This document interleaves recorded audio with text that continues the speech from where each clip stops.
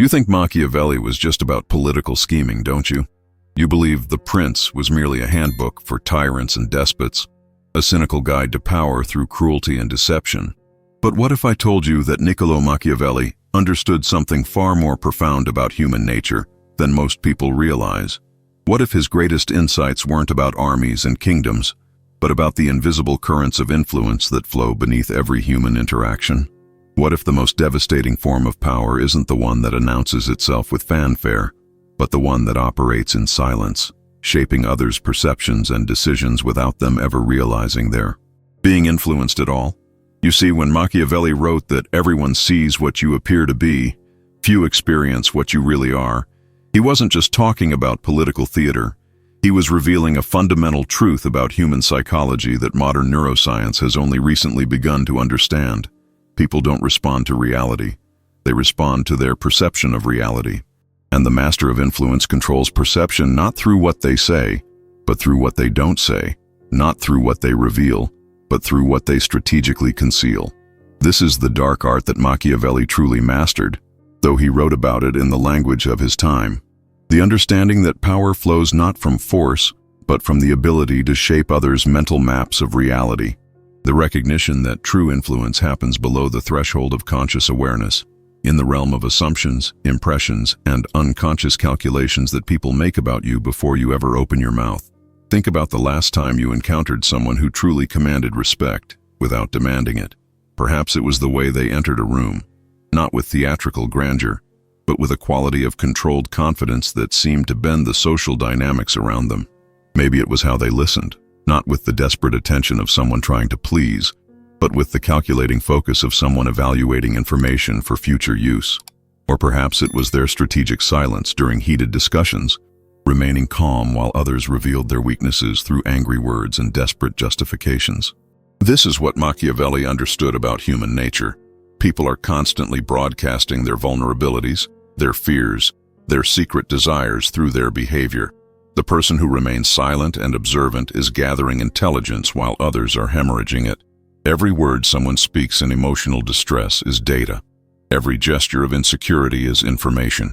Every attempt to impress is a confession of what they believe they lack. The Machiavellian mind processes this constant stream of human behavioral data with clinical precision. They understand that knowledge is power, but more specifically, knowledge of others' psychological patterns is the ultimate power. While everyone else is focused on managing their own image, the true Machiavellian is studying theirs. While others are trying to be impressive, they are learning what impresses whom and why. This creates what we might call asymmetric psychological warfare. You're playing checkers, focused on your next move, your immediate goals, your obvious strategies. They're playing chess, thinking several moves ahead, considering multiple scenarios, understanding that today's interaction is just one move in a longer game that you don't even realize you're playing. But here's where most people misunderstand Machiavelli's true genius. They think his methods require cruelty, deception, or overt manipulation. They imagine the Machiavellian as a cartoon villain, twirling their mustache and cackling with evil delight. This crude interpretation misses the sophisticated psychological reality of how advanced influence actually operates. The true Machiavellian understands that the most effective influence is often indistinguishable from genuine care, authentic interest, or natural charisma.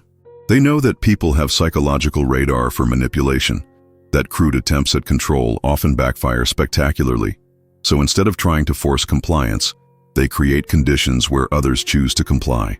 Instead of demanding obedience, they make obedience feel like personal choice. Watch how they handle disagreement, for instance. Rather than arguing their position directly, they might simply ask questions that lead others to discover the flaws in their own reasoning. That's an interesting perspective. Have you considered what might happen if? This approach is devastatingly effective because it allows the other person to save face while gradually shifting their position. They don't feel defeated, they feel enlightened. They don't feel manipulated, they feel guided toward a better understanding. This is psychological judo, using others' momentum against them, redirecting their energy rather than opposing it directly. Machiavelli understood that direct confrontation often creates resistance, but indirect influence can move mountains. The person who argues with you knows they're in a battle. The person who feels subtly guided toward a conclusion believes they've reached it independently. The strategic use of silence amplifies this dynamic exponentially. When someone is explaining their position and you remain quiet, they often begin to doubt themselves. The absence of your agreement or disagreement creates a psychological vacuum that they feel compelled to fill. They start offering additional justifications, revealing more information, sometimes even arguing against their own position as they search for some response from you. This silence isn't passive, it's weaponized. The Machiavellian understands that people are fundamentally uncomfortable with ambiguity. They want to know where they stand, what you're thinking, whether you approve or disapprove. By withholding these social cues, you create a state of psychological tension that gives you tremendous influence over their behavior. Consider how this applies to negotiations. While the amateur negotiator is busy talking, explaining, justifying their position, the Machiavellian is listening, learning, and calculating. They understand that whoever talks most usually loses, because talking reveals your cards while silence conceals them. They ask one question and then wait. They make one statement and then observe the reaction. They collect information like a spy while others volunteer it like witnesses. But perhaps the most sophisticated aspect of Machiavellian influence is the strategic management of perception through controlled revelation. Machiavelli wrote extensively about the importance of appearing to have certain qualities while carefully managing the reality behind those appearances. This isn't simple deception, it's the art of strategic authenticity. The master of wordless influence understands that people form impressions based on limited information, and they carefully curate what information becomes available.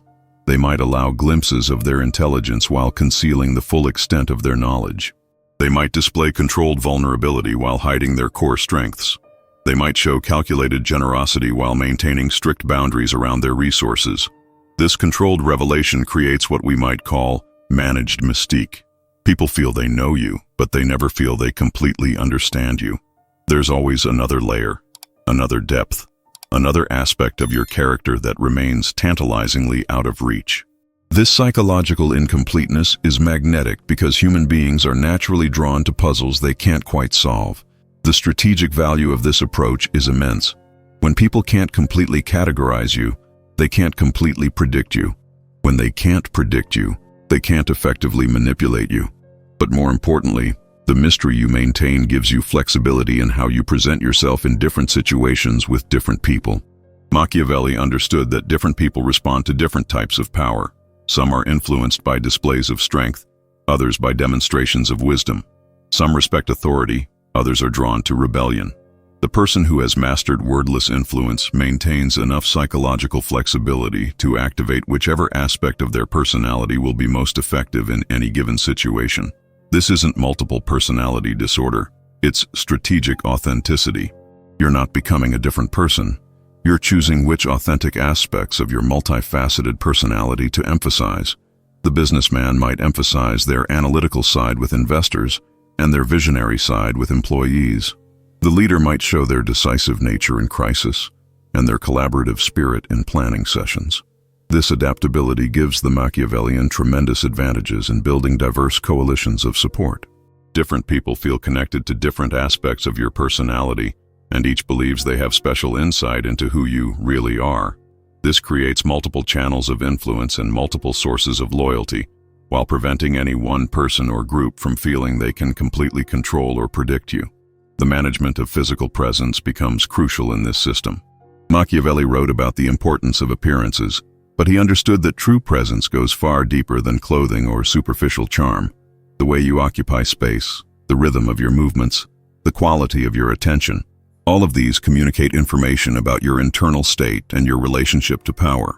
The person who has mastered Machiavellian presence moves through the world with a quality of controlled energy that others find simultaneously attractive and slightly intimidating. They're neither rushed nor sluggish, neither aggressive nor passive. They inhabit a psychological middle ground that gives them maximum flexibility to respond to changing circumstances while revealing minimum information about their intentions. Their eye contact is particularly strategic, not the vacant stare of someone trying to appear confident, nor the darting glances of someone who's uncomfortable with being seen. Instead, they offer focused attention that feels both flattering and slightly unsettling. When they look at you, you feel truly seen, but you also sense that they're seeing more than you intended to reveal. This quality of attention is one of the most powerful tools in the Machiavellian arsenal. Most people offer either too little attention, appearing distracted or disinterested, or too much attention, appearing needy or desperate. The strategic observer offers precisely calibrated attention that creates the optimal psychological response in others, enough to make them feel valued, not so much that they feel smothered, enough to gather information, not so much that they become suspicious of your motives. The timing of this attention becomes equally important. The Machiavellian understands that people value what seems scarce and take for granted what seems abundant. By strategically varying their level of engagement, sometimes offering intense focus, sometimes withdrawing into thoughtful observation, they create a dynamic that keeps others slightly off balance and constantly seeking to regain their full attention. This brings us to one of Machiavelli's most profound insights about human nature. People are more motivated by the fear of loss than by the prospect of gain. The person who is always available, always agreeable, always present becomes predictable and therefore less valuable. But the person who might withdraw their favor, who might redirect their attention elsewhere, who might choose to invest their energy in other relationships, this person's approval becomes precious precisely because it cannot be taken for granted. The strategic withdrawal of attention is perhaps the most potent form of wordless influence. When someone is accustomed to your focus and you suddenly become preoccupied with other matters, they often become consumed with regaining what they feel they've lost. They begin to modify their behavior, offer concessions, make efforts to re-engage your interest, all without you having to make any explicit demands. This isn't cruelty, it's psychology. Machiavelli understood that human beings are fundamentally loss-averse creatures who often fail to appreciate what they have until they're at risk of losing it. The person who can strategically activate this psychological mechanism has access to tremendous influence over others' priorities and behaviors. But the true sophistication of Machiavellian influence lies in its sustainability. Crude manipulation creates resentment and eventual rebellion. Fear-based control requires constant vigilance and increasing force. But influence based on strategic psychology, on deep understanding of human nature, on the careful cultivation of perception and desire, this kind of power becomes self-reinforcing.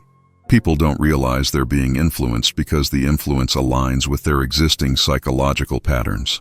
They don't resist because resistance would require recognizing that they're being guided, and this recognition would shatter their sense of autonomy. Instead, they feel that their choices are their own, their conclusions are their own. Their loyalty is freely given rather than strategically cultivated. This is the ultimate achievement of Machiavellian influence, creating a situation where others choose to serve your interests because doing so feels like serving their own interests, where supporting your goals feels like pursuing their own aspirations, where following your lead feels like expressing their own judgment and wisdom. And perhaps this is why Machiavelli's insights remain so relevant 5 centuries after he wrote them. He understood something timeless about human psychology, that people are driven by emotion and justified by reason, that perception often matters more than reality, that influence flows not from force, but from the strategic management of psychology and perception. The person who masters wordless influence in the Machiavellian tradition doesn't need to dominate others because they've learned to align others' interests with their own. They don't need to control because they've learned to guide. They don't need to demand because they've learned to inspire. This is power that operates through attraction rather than coercion, through psychology rather than force, through understanding rather than intimidation. This is the true legacy of Machiavellian thought, not the crude manipulation that bears his name, but the sophisticated understanding of human nature that allows genuine leaders to create willing followers, visionary entrepreneurs to build devoted teams, and strategic thinkers to achieve their goals through the voluntary cooperation of others who feel they're serving their own highest interests in the process. But let's delve deeper into the practical mechanics of this wordless Machiavellian influence, because understanding the philosophy is only half the battle. The real mastery lies in the daily application of these principles, in the countless micro-interactions that either build or erode your position of influence. Machiavelli understood that power is not a destination, but a process, not a possession, but a continuous negotiation with the ever-shifting dynamics of human relationships. Consider the Machiavellian approach to information warfare. In The Prince, Machiavelli emphasized the crucial importance of intelligence gathering, But he also understood that information flows in both directions. Every conversation is an opportunity to learn while revealing strategically selected information about yourself. The master of wordless influence becomes a kind of psychological spy, collecting data about others' motivations, fears, ambitions, and weaknesses, while carefully controlling what intelligence they provide in return. This creates what we might call conversational asymmetry. While others are focused on expressing themselves, proving their points, or seeking validation, you are focused on understanding them. While they are opening their psychological books for you to read, you are offering them only carefully curated chapters of your own story. This imbalance gives you tremendous strategic advantages in every subsequent interaction because you understand their psychological landscape while yours remains largely mysterious to them. The art of strategic questioning becomes essential here. Machiavelli knew that direct interrogation creates suspicion and resistance, but skillful questioning disguised as genuine interest or concern can extract remarkable amounts of useful information. How did that make you feel? What do you think would happen if... I'm curious about your perspective on... These seemingly innocent phrases are actually intelligence-gathering operations disguised as normal conversation. But the true sophistication lies in asking questions that make people think they're discovering insights about themselves while actually revealing their psychological patterns to you. What kind of person do you think would succeed in that situation? When you imagine your ideal outcome, what does that look like? What would have to change for you to feel completely confident about this decision? These questions make people feel heard and understood while giving you precise maps of their mental and emotional terrain. The Machiavellian also understands the profound power of strategic vulnerability. This isn't the genuine vulnerability of authentic emotional expression. It's the calculated revelation of specific weaknesses or struggles that serve larger strategic purposes. By showing carefully chosen moments of humanity or uncertainty, you accomplish several things simultaneously. You make others feel trusted and special. You gather information about how they respond to vulnerability, and you create opportunities for them to reveal their own psychological patterns in response.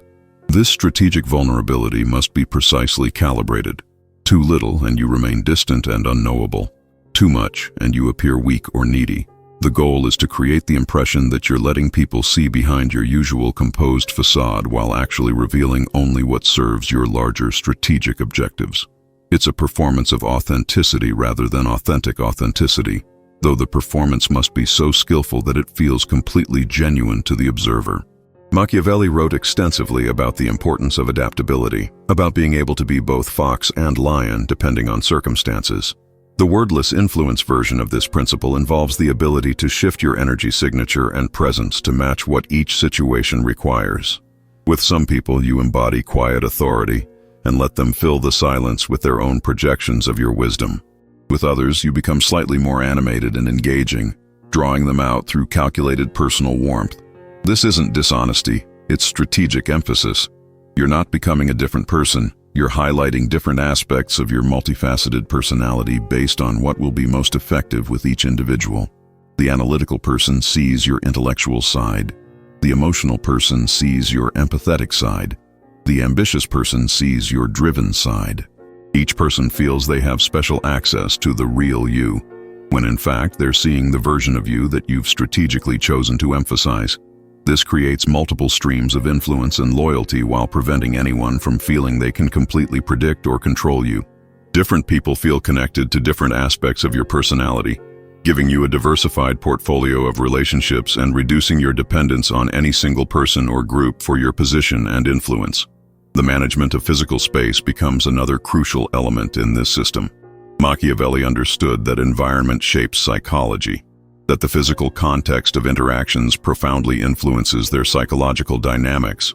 The person who controls the setting often controls the conversation, not through overt manipulation, but through subtle environmental cues that prime certain mental and emotional states in others. Watch how strategic leaders choose where to meet people. Sometimes they select environments where they have natural advantages, their office, their preferred restaurant, spaces where they feel most comfortable, and others feel slightly off balance. Other times they deliberately choose neutral territory to avoid triggering defensive responses. Sometimes they meet in environments that align with the message they want to send. Formal settings for serious discussions, casual environments for relationship building, impressive spaces when they want to demonstrate their success and resources. The timing of interactions becomes equally strategic. Machiavelli knew that people's psychological states fluctuate throughout the day, week, and month, and that approaching someone when they're in the right mental and emotional condition dramatically increases your chances of achieving your desired outcome. The master of influence pays attention to these rhythms and patterns, timing their most important communications and requests for maximum psychological impact.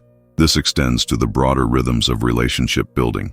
Machiavelli understood that influence accumulates over time through consistent demonstration of value, reliability, and strategic thinking. You don't build lasting influence through single dramatic gestures.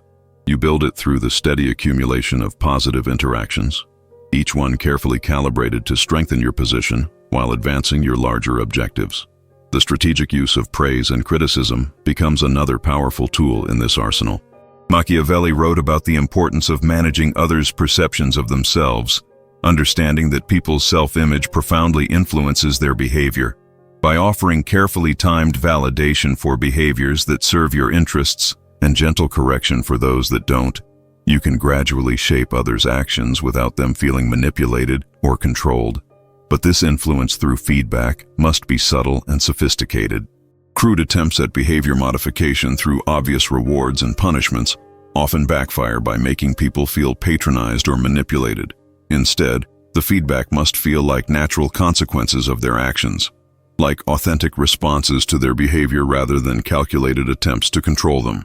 The master of Machiavellian influence becomes skilled at embedding their feedback within seemingly unrelated conversations, making their approval or disapproval feel like organic emotional responses rather than strategic communications. I've been thinking about what you said yesterday. That reminds me of something that really impressed me I noticed something interesting about how people responded when. This indirect approach to influence allows you to shape others' behavior while maintaining plausible deniability about your intentions. If someone later accuses you of manipulation, you can honestly point to the fact that you never directly told them what to do or explicitly promised rewards for compliance. You simply shared your observations and reactions, leaving them free to interpret and respond as they chose. But perhaps the most sophisticated aspect of wordless Machiavellian influence is the creation of what we might call voluntary dependence. This involves making yourself so valuable, so uniquely useful, so strategically important to others' success that they become psychologically invested in maintaining your approval and continued cooperation. This isn't about creating fear or desperation. It's about becoming an essential part of others' success stories. The key is to position yourself as a connector, a resource, a strategic advisor whose insights and relationships provide ongoing value to those in your network. You become the person others consult before making important decisions, not because they have to, but because they've learned that your perspective consistently helps them achieve better outcomes. This positioning requires genuine competence and authentic value creation. You can't fake your way into becoming truly indispensable. You must actually develop the skills, knowledge, relationships, and strategic thinking ability that make others' lives better and their goals more achievable. But once you've established this foundation of genuine value, the psychological dynamics begin working in your favor. People become reluctant to take actions that might jeopardize their relationship with you because doing so would mean losing access to something they've come to depend on. They begin to consider your likely reactions before making decisions, not because they fear your anger, but because they value your continued partnership and support. This creates a form of influence that is both powerful and sustainable. Unlike fear-based control, which requires constant vigilance and increasing force, influence based on voluntary dependence becomes self-reinforcing. The more people benefit from their relationship with you, the more invested they become in maintaining and strengthening that relationship. Machiavelli understood that the most stable forms of power are those that serve others' interests while advancing your own. When people feel that supporting you serves their own goals and values, they do so willingly and enthusiastically. When they feel that your success contributes to their success, they become advocates for your advancement rather than obstacles to overcome. This alignment of interests creates what we might call gravitational influence, a form of power that operates like a natural force rather than a conscious strategy. Just as planets orbit the sun not because the sun is trying to control them, but because of the natural pull of gravitational force, people gravitate toward those whose success enhances their own prospects and whose influence opens doors that would otherwise remain closed. The cultivation of this gravitational influence requires patience, strategic thinking, and genuine commitment to creating value for others. It means sometimes accepting smaller immediate gains in service of larger long-term objectives. It means investing time and energy in relationships that may not pay immediate dividends, but that contribute to your overall strategic position. But when successfully established, this form of influence provides tremendous advantages. You don't need to push because people are naturally drawn to collaborate with you. You don't need to manipulate because manipulation would threaten the very relationships that provide your influence. You don't need to dominate because voluntary cooperation is far more effective than forced compliance.